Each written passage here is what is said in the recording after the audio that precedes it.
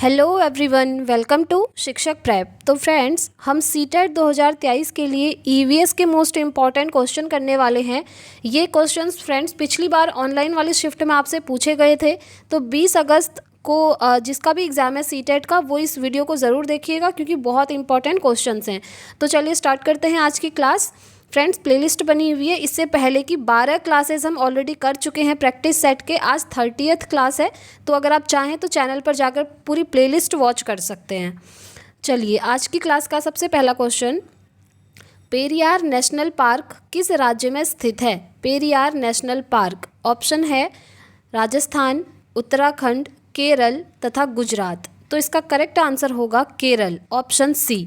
Periyar national park आपका केरल में स्थित है। ठीक है, अब इससे अदर हम देखते हैं सीटेट में 3 क्वेश्चन और बनते हैं नेशनल पार्क से जो बेसिकली पूछे जाते हैं। ठीक है, और अलग अलग शिफ्ट में पूछे गए थे पिछली बार, तो आप नोट कर लीजिए। सबसे पहला, फूलों की घाटी कहाँ स्थित है, ये क्वेश्चन। दूसरा, जिम कॉर्बेट नेशनल पार्क कहाँ स्थित है, और तीसरा, राजाजी नेशनल पार्क कहाँ स्थित है। तो इन तीनों क्वेश्चन का आंसर है फ्रेंड्स उत्तराखंड। ये तीनों नेशनल पार्क आपके उत्तराखंड में स्थित हैं। ठीक है, ये भी आप याद रखेंगे। चलिए आगे बढ़ते हैं और नेक्स्ट क्वेश्चन, दांडी यात्रा भारत की आज़ादी से पहले की महात्मा गांधी के जीवन की एक महत्वपूर्ण घटना है। यह घटना कब हुई थी? आपने सुना होगा ना, दांडी यात्रा महात्मा गांधी जी ने करी थी। तो वही क्वेश्चन है कि यह घटना हुई कब थी। तो याद रखेंगे, यह घटना हुई थी 1930 में, यानी कि 1930 में। और ये जो दांडी यात्रा है, ये कौन सी यात्रा है पता है? ये सविनय अवज्ञा आंदोलन जिसको बोलते हैं। ठीक है, सविनय अवज्ञा आंदोलन, इसी को हम दांडी यात्रा कहते हैं और इसे दांडी मार्च के नाम से भी जाना जाता है। ठीक, चलिए आगे बढ़ते हैं। नेक्स्ट क्वेश्चन, नीचे दिया गया कौन सा जंतु भालू जैसा दिखता है पर भालू नहीं है? एक दिन में 17 घंटे सोता है, पेड़ की शाखाओं से उल्टा लटक कर सोता है। इस जंतु की औसत आयु 40 ईयर है। यह जंतु है, तो आपको बताना है ये जंतु कौन सा है। क्या यह जंतु लंगूर है, या फिर चिंपैंजी है, या स्लॉथ है, या फिर पांडा है? तो याद रखेंगे फ्रेंड्स, यह है आपका स्लॉथ। ठीक है, ऐसे लिखते हैं स्लॉथ, यहाँ पर क्लॉथ लिखा है, आप सही कर लीजिएगा स्लॉथ। तो यह जानवर है आपका स्लॉथ। अब देखिए, स्लॉथ से रिलेटेड ये जितनी भी चीज़ें हैं ना, सब आपको याद करनी है, सारे पॉइंट A to Z आपको याद करना है कि ये भालू जैसा दिखता है पर भालू है नहीं, और एक दिन में ये 17 घंटे पेड़ की शाखाओं में उल्टा लटक कर सोता है, और इसकी एज होती है 40 वर्ष। याद रखेंगे यह क्या है, यह स्लॉथ है। क्योंकि ये question very very very important आप कहिए, क्योंकि सीटेट का फेवरेट क्वेश्चन है ये काफ़ी बार आपसे पिछली बार भी पूछा गया था, बहुत सारे शिफ्ट में। पिछली बार मैंने सारे आपको एनालिसिस कराए थे फ्रेंड्स। अगर आप चाहें तो उन एनालिसिस की वीडियो देख सकते हैं, उसकी भी प्लेलिस्ट बनी है चैनल पर। अगर आपको ना मिले तो कमेंट कीजिएगा, मैं आपको लिंक प्रोवाइड करवा दूँगी प्लेलिस्ट का। नेक्स्ट क्वेश्चन है, त्रिपुरा निम्न में से किस राज्य के साथ सीमा साझा करता है? त्रिपुरा ऑप्शन है मणिपुर और सिक्किम, मिज़ोरम और असम, सिक्किम और अरुणाचल प्रदेश, या फिर अरुणाचल प्रदेश और मणिपुर। तो इसका करेक्ट आंसर होगा मिज़ोरम और असम। ठीक है, यही है, और ये है आपका ऑप्शन बी में। तो ऑप्शन बी इसका करेक्ट आंसर हो गया। चलिए आगे बढ़ते हैं। नेक्स्ट क्वेश्चन, नीचे दिए गए कथनों पर विचार कीजिए। अब आपने ये जो 3 कथन दिए हैं इन पर विचार करना है, फिर आपने बताना है कि इनमें से सही कथन कौन कौन से हैं। तो चलिए एक बार इनको रीड कर लेते हैं। पहला है, महाराष्ट्र के लोगों को सहजन के फूलों के पकौड़े खाना अच्छा लगता है। दूसरा है, जम्मू कश्मीर के लोग केले के फूलों की सब्जी खाना पसंद करते हैं। तीसरा है, उत्तर प्रदेश में रहने वाले लोगों को कचनार की सब्ज़ी पसंद है। अब आपको बताना है इनमें से कौन से कथन सही हैं। ओनली सेकंड कथन सही है, फर्स्ट या थर्ड सही है, ओनली थर्ड सही है, या फिर फर्स्ट या सेकंड कथन सही है। तो चलिए देख लेते हैं। इसका करेक्ट आंसर होगा फ्रेंड्स फर्स्ट और थर्ड सही है। ये जो महाराष्ट्र के लोग हैं ना, ये सहजन के फूलों के पकौड़े खाना पसंद करते हैं, ये बिल्कुल सही बात है, याद रखेंगे। दूसरा आप ये देखिए, उत्तर प्रदेश में रहने वाले लोगों को कचनार के फूलों की सब्ज़ी पसंद होती है, ये भी बिल्कुल सही है। इसीलिए इसका आंसर हो जाएगा ऑप्शन ए एंड ऑप्शन 3 ये सही हैं। तो अब हम नीचे देख लेते हैं, ये है आपका ऑप्शन बी में कि फर्स्ट एंड थर्ड सही है, तो यही इसका करेक्ट आंसर हो जाएगा। देखिए सीटेट में एक क्वेश्चन और बहुत ज़्यादा पूछते हैं, जो केरल में टैपियोका फेमस है, ठीक है, टैपियोका खाया जाता है, ये नाम आप याद रखेंगे। और इस टैपियोका को हम कोप्पा या फिर कसावा भी कहते हैं। क्या कहते हैं? कोप्पा या कसावा, जो कि केरल में खाया जाता है। चलिए आगे बढ़ जाते हैं। नेक्स्ट क्वेश्चन, सांपों के संबंध में सही कथन चुनिए। देखिए सांपों के संबंध में आपको बताना है कि इनमें से कौन से कथन सही हैं। ये क्वेश्चन भी आपके काफ़ी बार पूछा गया था पिछली बार। भारत के सभी प्रकार के सांप जहरीले होते हैं। दूसरा है 4 जहरीले सांप हैं, cobra, common crate, Russell viper जिसे डुबोइया कहते हैं, सॉय स्केल वाइपर जिसे अफाई कहते हैं। थर्ड है जब यह काटता है तो जहर जीभ के माध्यम से व्यक्ति के शरीर में पहुंचता है। चौथा है कि सर्पदंश की कोई दवा नहीं होती। सर्पदंश यानी कि सांप के काटने की कोई दवा नहीं होती। तो अब आपको बताना है कि इनमें से सही चुनना है ना। हाँ, सही कथन आपको चुनने हैं, तो ध्यान से सुनिएगा। पहला है भारत के सभी प्रकार के सांप जहरीले होते हैं।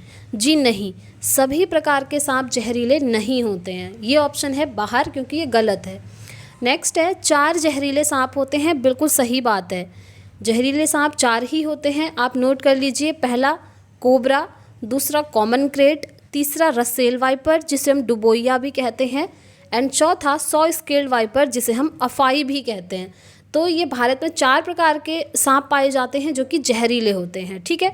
ये ऑप्शन हमारा बिल्कुल सही है। नेक्स्ट है जब यह काटता है तो जहर जीभ के माध्यम से व्यक्ति के शरीर में पहुंचता है। देखिए ऐसा ज़रूरी नहीं है कि जीभ के माध्यम से वो शरीर में पहुंचेगा। सांप काटता है अपने टीथ के माध्यम से, हॉलो टीथ जिनको बोलते हैं, 2 होते हैं, ठीक है। आपको पता भी होगा सांप के काटने से जो निशान बनता है वो कुछ इस तरह का होता है। 2 दांत लगाता है वो, सिर्फ ऐसे 2 पॉइंट, उसके माध्यम से वो जहर शरीर में पहुंचता है, जीभ के माध्यम से नहीं पहुंचता। तो ऑप्शन थर्ड भी हमारा बाहर हो गया। नेक्स्ट है सर्पदंश की कोई दवा नहीं है। देखिए सांप के काटने की क्या कोई दवा नहीं है? ऐसा नहीं है, सांप के काटने की दवा बनी हुई है, ठीक है। और उसका नाम क्या है वो भी आप लिख सकते हैं, सीरम। सांप के काटने की जो दवा है उसे हम सीरम बोलते हैं। और ये जो दवा है ना फ्रेंड्स, ये सांप के जहर से ही बनाई जाती है, ये भी आप नोट कर लीजिएगा, ये सांप के जहर से ही बनाई जाती है। तो 3 ऑप्शन हो गए हमारे बाहर, ओनली सेकंड ऑप्शन यहाँ पर सही है। तो अब हम नीचे देखते हैं, ओनली 2 यहाँ पर आपको मिल जाएगा, तो ऑप्शन ए इसका करेक्ट आंसर हो जाएगा, क्योंकि सिर्फ ऑप्शन 2 इसका सही है, बाकी सारे गलत हैं, ठीक। चलिए आगे बढ़ते हैं और नेक्स्ट क्वेश्चन देख लेते हैं।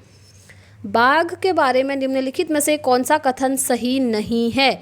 देखिए सीटेट में नहीं वाले क्वेश्चन भी काफ़ी आते हैं, और उसके बाद जब आप उनको रीड करते हैं ऑप्शंस को, ऑप्शन रीड करने तक आप भूल जाते हैं कि क्वेश्चन में नहीं पूछा था।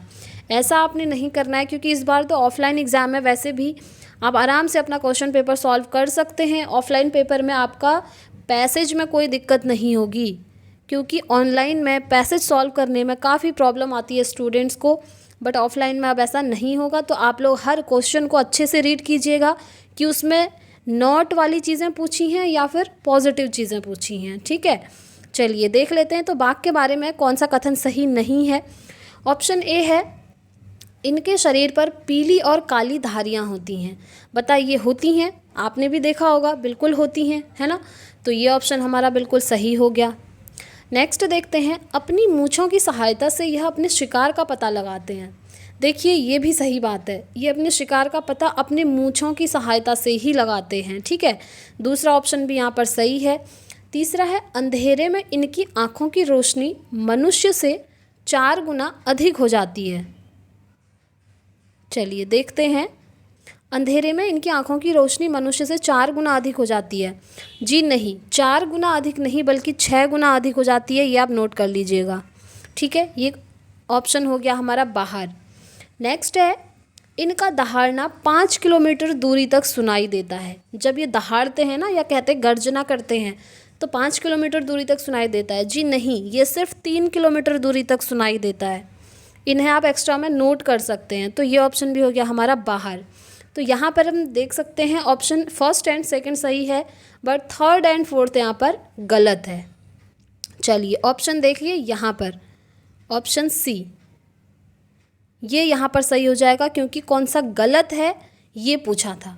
ठीक है, तो थर्ड और फोर्थ ऑप्शन ये हमारे यहाँ पर गलत दिए हैं। चलिए आगे बढ़ते हैं। नेक्स्ट क्वेश्चन, भारत के किन राज्य समूह से कर्क रेखा होकर गुजरती है? कर्क रेखा देखिए ऑप्शन है उत्तर प्रदेश, छत्तीसगढ़, उड़ीसा, छत्तीसगढ़, गुजरात, झारखंड, उत्तर प्रदेश, छत्तीसगढ़, झारखंड एंड उड़ीसा, आंध्र प्रदेश और झारखंड। तो देखिए याद रखेंगे, ये जो छत्तीसगढ़, गुजरात और झारखंड हैं, ये 3 राज्य समूह जो हैं कर्क रेखा से होकर गुजरते हैं, याद रखना। ठीक है, चलिए नेक्स्ट क्वेश्चन, अंडमान के द्वीपों में सुनामी किस वर्ष आई थी? 2001 में, 2002 में, 2012 में या 2004 में? तो नोट कर लीजिए, अंडमान के द्वीपों में सुनामी आई थी फ्रेंड्स 26 दिसंबर 2004 में। तो 2004 इसका करेक्ट आंसर हो जाएगा, option D is the right answer. और जब ये सुनामी आई थी ना फ्रेंड्स, तो भारत का जो इंदिरा पॉइंट है वो भी डूब गया था, ये भी आप याद रखेंगे। चलिए नेक्स्ट क्वेश्चन, रिहाना अपने परिवार के साथ केरल जाती है, वहाँ उसे ऊंचे ऊंचे वृक्ष दिखाई पड़ते हैं जो उसके गृह नगर शिमला के ऊंचे वृक्षों से भिन्न है। यानी कि वो शिमला की रहने वाली है, उसका घर शिमला में है, पर वो अपनी फैमिली के साथ केरल जाती है, वहाँ उसको ऊंचे ऊंचे वृक्ष दिखते हैं। उसने केरल में कौन से वृक्ष देखे होंगे? तो वो जो ऊंचे वृक्ष उसने देखे वो किस चीज़ के होंगे आपको बताना है। चीड़ के होंगे, नारियल के होंगे, सेब के होंगे या लीची के होंगे? तो देखिए इसका करेक्ट आंसर होगा नारियल, कोकोनट। ठीक है, वो जो वृक्ष हैं वो नारियल के होंगे जो उसे ऊंचे ऊंचे दिखाई पड़ रहे हैं। अब देखिए ये जो चीड़ के पेड़ होते हैं ना फ्रेंड्स, ये हमें हिमालय में देखने को मिलते हैं, हिमालय में, ठीक है, पर्वतों में। नेक्स्ट इधर आप देख रहे हैं सेब, सेब के पेड़ हमको देखने को मिलेंगे हिमाचल प्रदेश में, नोट कर लीजिएगा। और नेक्स्ट है लीची, लीची के पेड़ तो आपको पता ही है, बिहार के मुजफ्फरपुर में, थ्योरी में मैंने आपको करवाया था। ठीक है, लीची के हो गए बिहार के मुजफ्फरपुर में, चीड़ के पेड़ हिमालय पर्वतों में मिलेंगे और सेब के पेड़ मिलते हैं आपके हिमाचल प्रदेश में। तो जो नारियल है ये मिलता है आपका केरल में। और आपको याद भी होगा नारियल से बनी हुई एक डिश बनाई जाती है केरल में, मैंने आपको काफ़ी बार बताई है। ठीक है, वो भी यहाँ पर फेमस है। चलिए तो फ्रेंड्स ये थे आज के क्वेश्चंस। आई होप आपको वीडियो पसंद आई होगी। पसंद आई है तो प्लीज़ लाइक एंड शेयर करके जाइएगा। एंड चैनल पर नए हैं तो चैनल को सब्सक्राइब कर लीजिएगा, ताकि यहाँ से आपको टीचिंग की अपडेट्स मिलती रहें, साथ में आपको क्लासेस भी मिलती रहें। अगर आपको सीटेट के फ्री ऑफ कॉस्ट नोट्स चाहिए तो आप मेरे टेलीग्राम ग्रुप को ज्वाइन कर लीजिए, वहाँ पर PDF फॉर्मेट में मैंने सारे नोट्स आपको भेजे हुए हैं। साथ ही आप प्लेलिस्ट जाकर देख सकते हैं, मैंने सारे सब्जेक्ट्स की आपको प्रैक्टिस इसी तरीके से कराई है। ये सीरीज़ हमारी कंटिन्यू रहेगी 20 अगस्त तक, क्योंकि 20 अगस्त को आपका एग्ज़ाम है। ठीक, अगर आपकी कोई भी क्वेरी है तो आप मुझसे कमेंट बॉक्स में पूछ लीजिएगा, मैं आपको रिस्पॉन्स ज़रूर करूँगी। मिलते हैं आप नेक्स्ट वीडियो में। Thanks for watching.